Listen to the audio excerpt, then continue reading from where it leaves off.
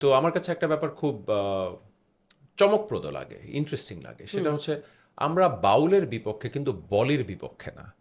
এখন পর্যন্ত কিন্তু শুনিনি যে ভারতীয় সিনেমা ব্যান করে দিতে হবে, ভারতীয় গান শুনবো না, যেটা আমি মনে করি যে আমার হাতে। কিন্তু আপনার কি মনে হয় যে আহ, একটা সুযোগ এসেছে যে সেখানেও কিছুটা হলেও আমাদের নিয়ন্ত্রণ নেওয়ার, যে আমাদের চ্যানেলগুলো দেশে দেখা যায় না, আহ, সেই জায়গায় কোনো এক জায়গায় আপনি কালচারাল অ্যাক্টিভিস্ট হিসেবে, অভিনেত্রী হিসেবে কি কিছু বলার সুযোগ আছে নাকি? প্রথমত হচ্ছে যে উম, দেখেন, আমাদের প্রতিবেশী রাষ্ট্রের সাথে আমাদেরকে সবসময় একটা সাম্য অবস্থায় থাকতে হবে।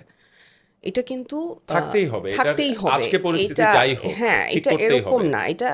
এটা কিন্তু যারা আসলে ওই লেভেলে কাজ করেন, আমার কাছে মনে হয় যে সরকার যারা গঠন করবেন বা করেছেনও এত বছর, ডেফিনেটলি তারা জানে, এবং এটা ইন্ডিয়ান গভর্নমেন্টও জানে, এবং তাদের আচরণ, তারা তাদের মধ্যে কিন্তু ব্যালেন্সটা ঠিকই রেখেছে। জি। এখন কিছু সাধারণ মানুষের হঠাৎ করে মনে হয়েছে এরকম কিছু হয়তো বলছেন, যেটা আমার কাছে মনে হয় যে খুব বেশি সুপারফিশিয়াল, খুব বেশি যে বলার জন্য বলছেন। কারণ আমি এটা বিশ্বাস করি না যে এই গ্লোবালাইজেশনের যুগে আমি বেসিকলি কোনো একটা কিছুকে আসলে বাদ দিয়ে দিতে পারবো জীবন থেকে। সম্ভব হবে না। এটা সম্ভব না। আমার আমার ওদের ফিল্ম দেখতে হবে, আমি ওদের ওখানে কাজ করব, ওরা এখানে কাজ করবে। শুধু ওদের হ্যাঁ, না, যে আমরা তবে আমরা তো এত বছর আমরা পাকিস্তানেরও গান সব শুনেছি। সবই হ্যাঁ, আমি জি। বলছি যে আমাদের যে সবার, প্রতিবেশী রাষ্ট্র আছে সবারই। সবার সাথে আমাদের কিন্তু একটা সাম্য অবস্থায় থাকতে হবে।